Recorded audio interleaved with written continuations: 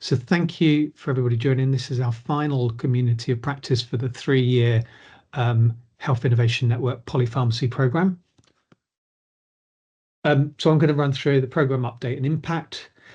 We've then got Professor David Alldred is going to run through co-designed tools to support person-centred structured medication reviews for care home residents. Graham Prestwich is going to go through Me and My Medicines, and then Hadil's going to manage a discussion section, and then I'll give an update on the next steps. So just as a recap, people probably remember there's 3 parts to our programme: data, how do we identify polypharmacy challenges, education and training, upskilling the workforce, and public behavioural training, how do we bring the public with us on that journey. I just wanted to bring this slide up, and I'm not going to run through all the details here, but this is the national impact of those 3 pillars. So the amount of people that have been trained on the EPAC2 data, the amount of people trained in ALSs and masterclasses, and then the amount of patient resources downloaded.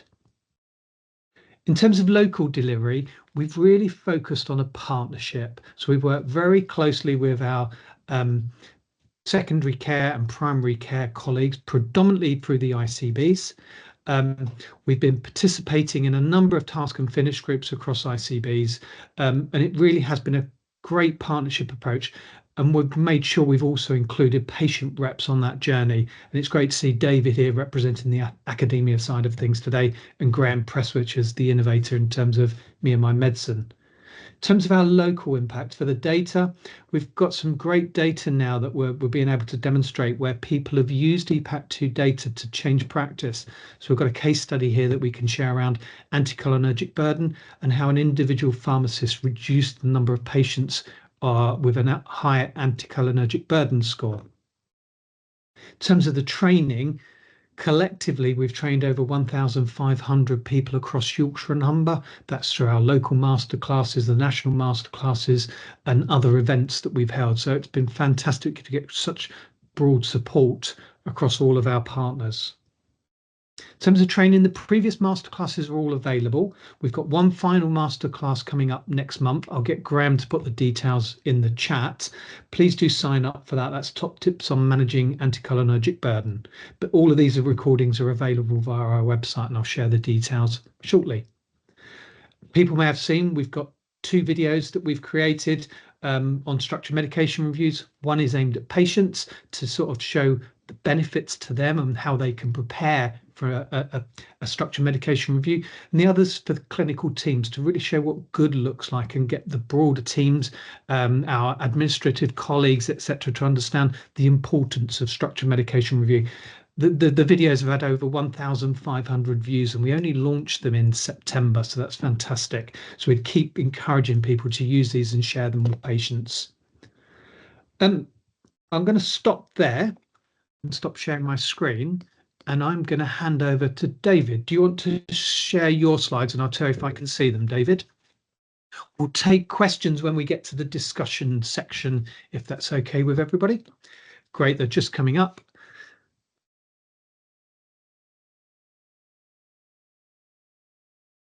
That's it on presentation mode. Perfect. Yeah, great stuff. Thank you very much. Okay, thank you very much, everybody, and thank you for this opportunity to talk about our structured medication review tools, and particularly our adaptations for care home residents. So this is research that has been undertaken as part of the NIHR Yorkshire and Humber Patient Safety Research Collaboration. Lots of my colleagues, Daisy Halligan, Hannah Shamson, and Liz Breen have been working on this and leading on various projects, and Hadil as well, who I'll come to later in the presentation. So just to, for those of you unfamiliar with this work, I just wanted to give a little bit of background as to how we got here with respect to creating these tools and a process for doing SMRs, and particularly our work initially was focused on deprescribing. So we did some qualitative research with older patients living with frailty, and we asked them about their experiences of having a medicine stopped, having medication reviews, We then went on to take their views as well as healthcare professionals' views to co-design a process for deprescribing, which was situated within medication review and some associated resources with those. So what did patients tell us? Well, they said that they didn't feel well prepared for medication reviews. They didn't feel well prepared to discuss the medicines, and they particularly didn't feel well prepared when a medicine was going to be stopped. So that came as a bit of a shock to patients often within medication reviews, particularly if patients have been prescribed medicines for a long time and been told that they need to take them lifelong. Some patients often didn't feel very well supported when a medicine had been stopped as well. So they said that they would like some written information about a medicine being stopped, why it was stopped, what to do if there are any problems, those types of things. So they didn't feel it was good enough just to be told verbally to stop a medicine. And I mean, they were often sort of signposted by the clinician that if you were having any trouble with a medicine being stopped, then come back and see us. But we know that particularly for this older population, you know, they're very reluctant to necessarily make a GP appointment, speak to the practice pharmacist unless there's something seriously wrong. So to summarise, they felt a little bit ambushed in the first place, and then they felt a bit abandoned in the process as well.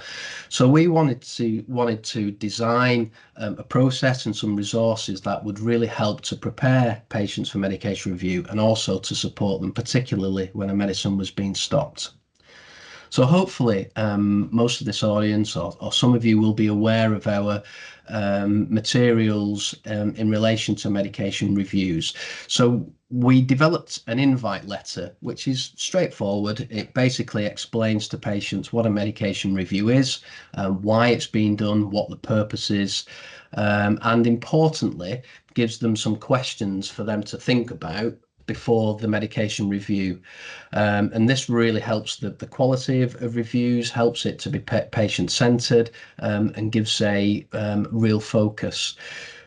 As you can imagine, when we ask patients and professionals what questions might be asked, there was probably 50, 60 questions. So we had to really narrow these down to questions that we felt were the highest priority. But, you know, these aren't exhaustive. One of the things that we did was through the Health Innovation Network was to have these resources translated into different languages. So I think they're available now in 11 languages, plus audio versions for people who don't necessarily read the first language. So those translations and audio versions can be used to reach those underserved communities. And we know from work that's been done, pilot work that's been done in places like Manchester and Nottingham, that just sending the invite letter in people's first language has doubled the uptake in terms of people attending for medication reviews. So just that simple intervention has had really fantastic impact. We also developed our Safely Stopping Your Medicine guide or leaflet. So again, as I mentioned earlier, people wanted written information if a medicine was being stopped. So again, it's really simple. It's not rocket science. It just says, you know, what medicine has been agreed to be stopped, how it should be stopped, and what somebody should do if there's any problems, and signposting to things like next appointments and people that they can speak to. There's a bit on the back for any additional information, and if people are gradually stopping a medicine, then, you know, clinicians, pharmacists, GPs, etc., can potentially write, you know, three times a day for a week, twice a day for a week, once a day for a week, that type of thing. And then that additional information section, which might talk about potential withdrawal effects, might talk about what other medicines somebody could use instead, those types of things. So moving on to adapting this work for care homes. So once we'd produced this for people living in their own homes, we were told by clinicians and practitioners that they wanted something specifically for care homes, which, as you'll be aware, is quite a complex environment. So we've again taken a person-based approach, and we wanted to particularly focus on stakeholders such as residents, families, friends, and we're using something called the ADAPT principles, which is a method used to take existing interventions and adapt them to different contexts. So we've done quite a lot of work over this last 6 weeks to try, last 6 months, sorry, to try and work out how we can adapt our resources for the care home context. So we've done 20 Think Aloud interviews with those different stakeholders that you can see there: care home residents, family and friends, care home staff, and primary care healthcare professionals, that's GPs, I think some advanced nurse practitioners and pharmacists.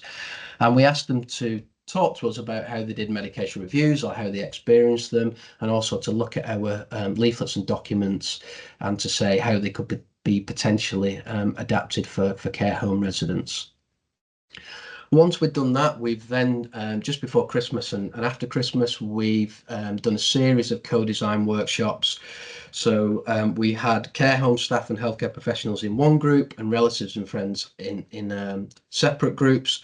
And we've done sequential workshops, talking through our tools, working out how and making changes to them, and then showing them to stakeholders. So we've had about 40 participants in 4 different care homes who have been helping us with this process.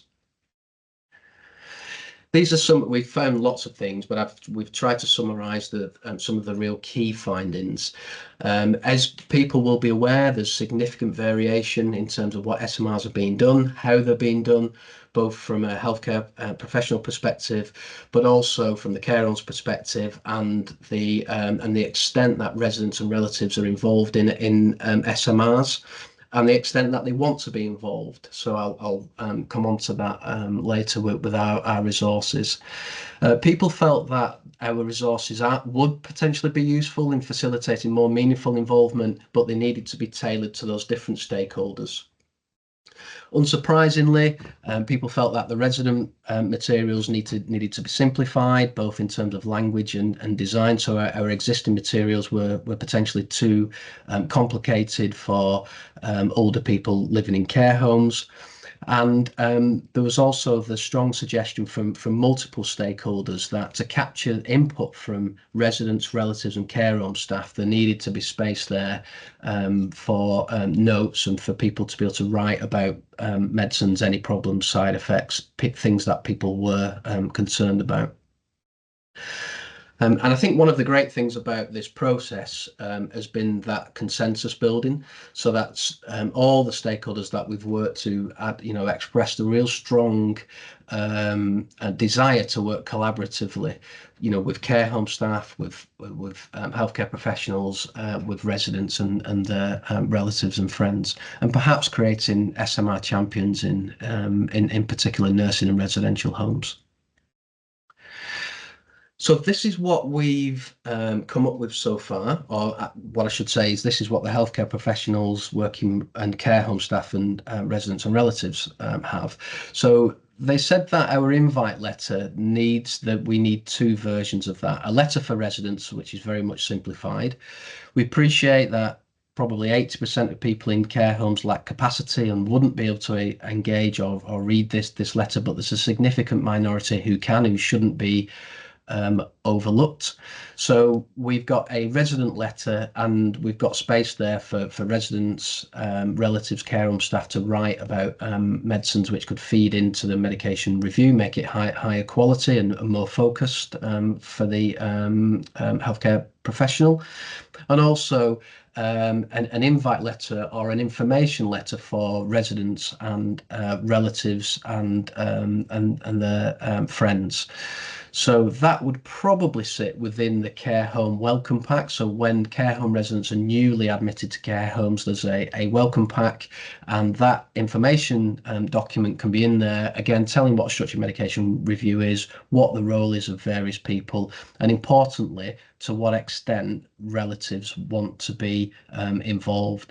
So some relatives told us they just wanted to be notified that a medication review had been done. Some relatives said ideally they would like to be there, and some relatives just said that if there were some really important decisions to be made, they'd like to have a discussion about those. That obviously all depends on people's capacity and things like power of attorney and what information they're allowed to access. In relation to the Safely Stopping Medicines guide, again, we've produced a leaflet for residents, and also a leaflet for care home staff, which documents any potential changes, what to look out for, and then again, if relatives do have access to the residence care record, then they will be able to access this information as well. So again, these are mock-ups. These aren't finalised versions. We're still working through these. We need to get more feedback from healthcare professionals and other stakeholders as well. But I think what we're trying to do is produce resources that are going to be helpful, that are going to be feasible to use, but also account for that significant variation in how SMRs are done in this particular scenario. Okay, so that's generally where we're at in terms of the care home adaptations, and we're hoping that we'll have these available in the next couple of months. Our previous translations, they were done through the Health Innovation Network Polypharmacy program for the national team. So we're liaising with the national team to see how we can get some of these documents NHS branded again and implemented and disseminated. The last slide I want to show you is one thing that when we spoke to clinicians and practitioners, they've told us that they would like some sort of SMR outcome communication. And again, this feeds into what patients have been telling us. They want something to take away with that's written, that tells them what the outcome of a medication review is. As you will be aware, the outcomes from a medication review can be all sorts of things, not just stopping a medicine. It could be starting a medicine, it could be reducing a dose, increasing a dose, doing some sort of blood test, biochemical monitoring someone's blood pressure, referring to social prescribers. There's all sorts of things which might come out of a medication review. So thanks to Hadil, we've started to think about what that might look like. It needs to be fairly generic, fairly simple for people to complete and not take huge amounts of time. So again, we've mocked this up, and we'll be getting feedback from various professionals and patients as to how this will actually work, and hopefully again enhance the process for patients and for professionals. Okay, thank you very much. That's the end of my presentation. So I will stop sharing and pass back to Mark. Thank you very much, David. That's I think it's great additional pieces of work. I just want to take a moment to thank you, Liz, and the wider team. And I know, Hadil, you've been supporting as well with the materials you've developed and we're using, and those that are potentially coming online as we move forward. I think they're really putting the patient at the centre of the conversation and supporting that shared decision-making process, which has got to be our goal. So yeah, great resources. So thank you very much for all the hard work on it. We'll take any questions, as I say, when we get to the discussion section. Graham, are you on the line? I believe I saw your name pop up. I'm here, Mark. Hello. Are you happy to share your slides? I am. Excellent. I'll tell you when they're up. There we go. Just need to go into presenter mode.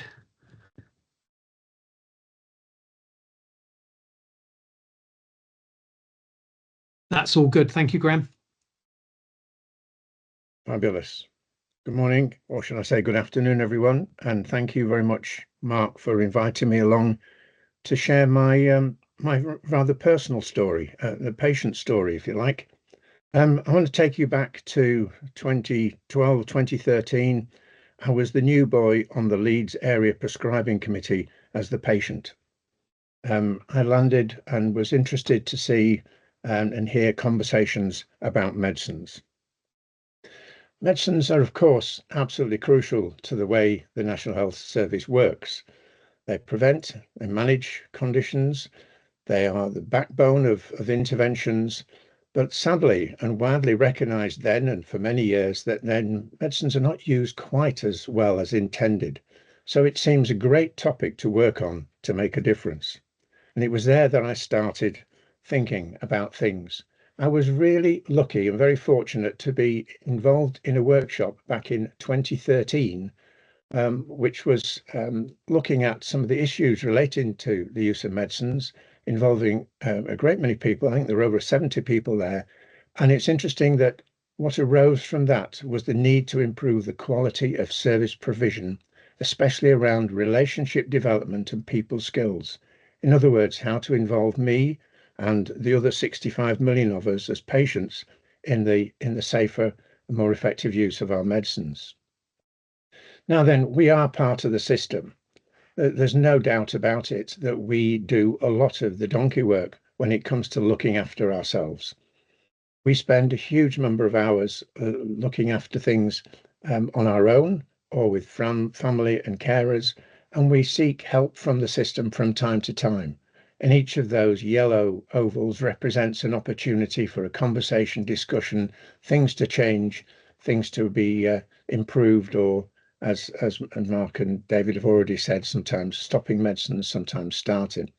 But that's how the system looks, and we do a lot of the work, so it makes sense for us to be supported.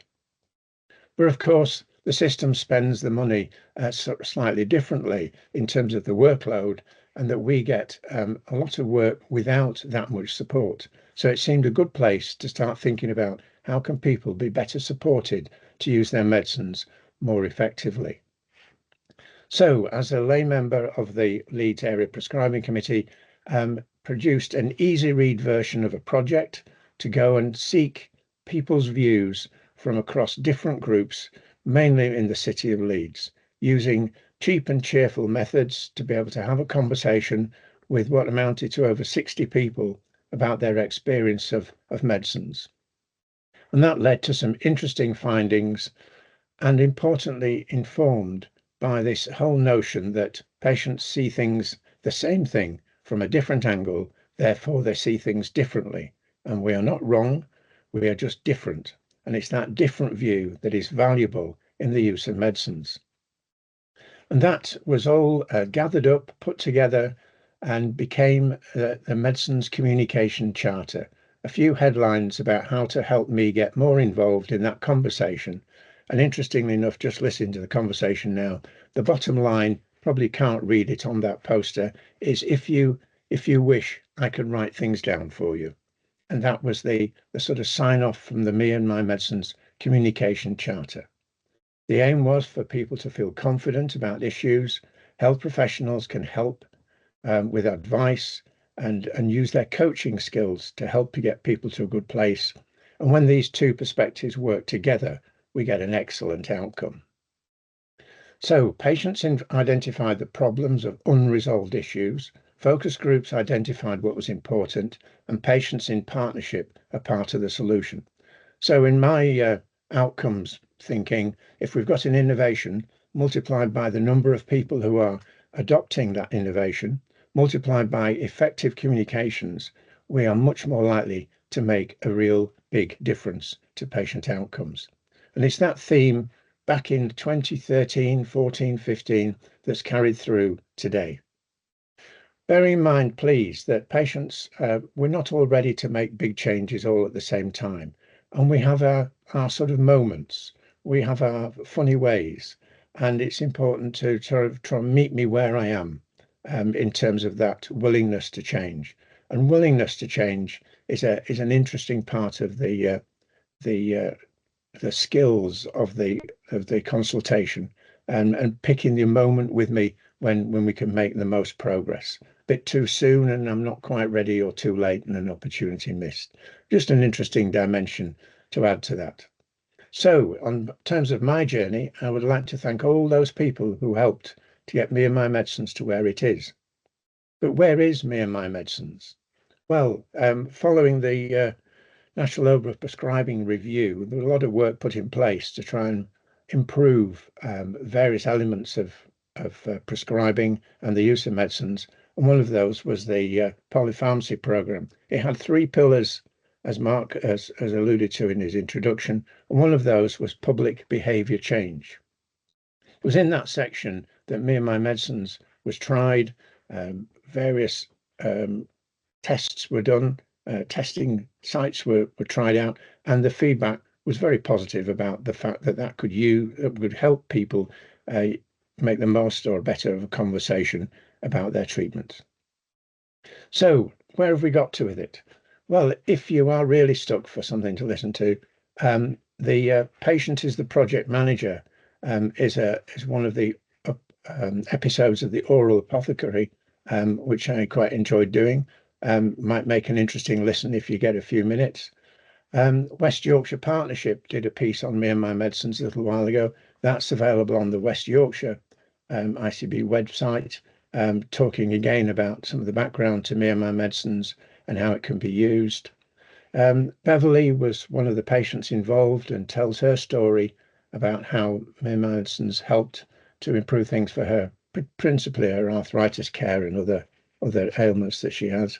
This is a nice listen to, and if you wish, there is an animated version that Wessex have put together for you to have a listen to, over and above all the resources that Mark has talked about.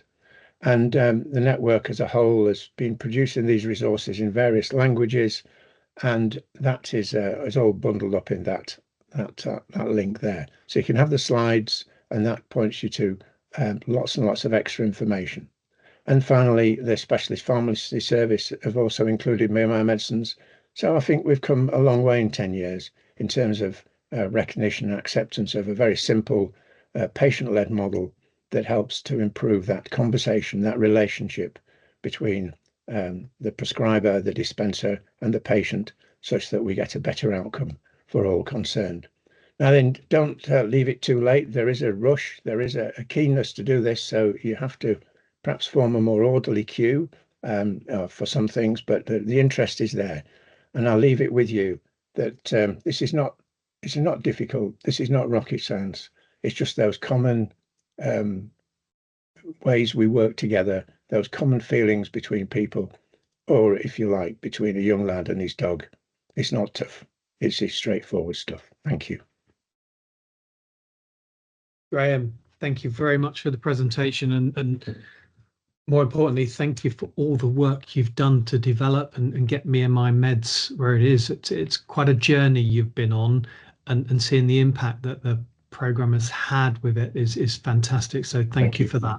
So next steps. So we've got our final masterclass next month, and it's anticholinergic burden, been a bit of a theme for me today, and it's top tips. So people may recall we ran an anticholinergic burden masterclass about 18 months ago, but this is very much a follow-up session. We'd encourage you to watch the original recording, but come to the new one, because there's going to be some great top tips and practical case studies, short and punchy. Graham's going to put the link for that and time and date in the chat for me. We'll complete the SMR pilot. So as I say, we've got 3 sites in Yorkshire and Humber, but there's 27 across England, and they will then form into the formal evaluation of the programme. We're working with the likes of Heather, the team in South Yorkshire, as well as Humber and North Yorkshire, in terms of handing over to local leads there. We will continue to have national training available, EPAC 2, ALS training and masterclasses after March. We expect them to run until at least September, but if we can get funding, they will continue running for the whole of the next financial year.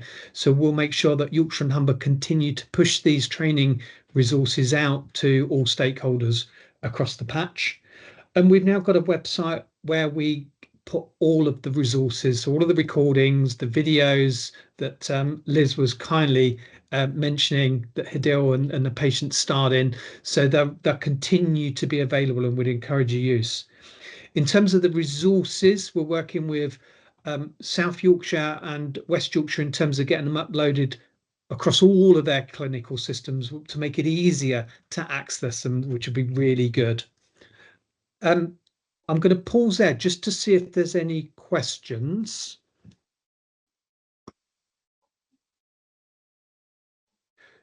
So for me, it just comes on to a massive thank you. 3 years, certainly Graham and I have been on this journey together. Obviously, Graham Prestwich has been on the journey much longer. David Alldred, Liz Bream, and the academic teams have been working on this for a long period of time as well. But it's great to see all of that hard work coming together over the last 3 years. The community of practice, I think, has been a really great safe space. to share stories, learning, understanding, getting ideas of how to move things forward. Some of the questions people have raised and queries, like Lucy raising about needing a tool to help record what's happening in a review, have really led to some great changes that are still coming through. So I just want to thank everybody for participating. Today's speakers, the speakers we've had previously, as well as our patient reps. It's so important that we keep the patient rep and the patient voice at the centre of what we do. So yeah, thank you very much to everybody. If you want to make contact, we'll put our details in the chat, and we will share the slides, and we'll share the recordings, but only of the presentations. Hadil, I'm going to hand over to you for any final words. I just wanted to mention Kirsty as well, because she was on the journey from the beginning. Yes. And I came in to cover her maternity leave. So it was like, obviously I knew of the programme while she was on it, but also an indirect thank you to her that I got the opportunity to join the project as well. Because it's been great to be part of the team. But yeah. And I will embarrass them. I'm going to say a massive thank you to Heather. She's been a massive fan and supporter of the programme and made a significant difference to West Yorkshire. So thank you very much for your work and support, Heather. I will let everybody go. Thank you very much, everybody. Much appreciated. And please do get in touch.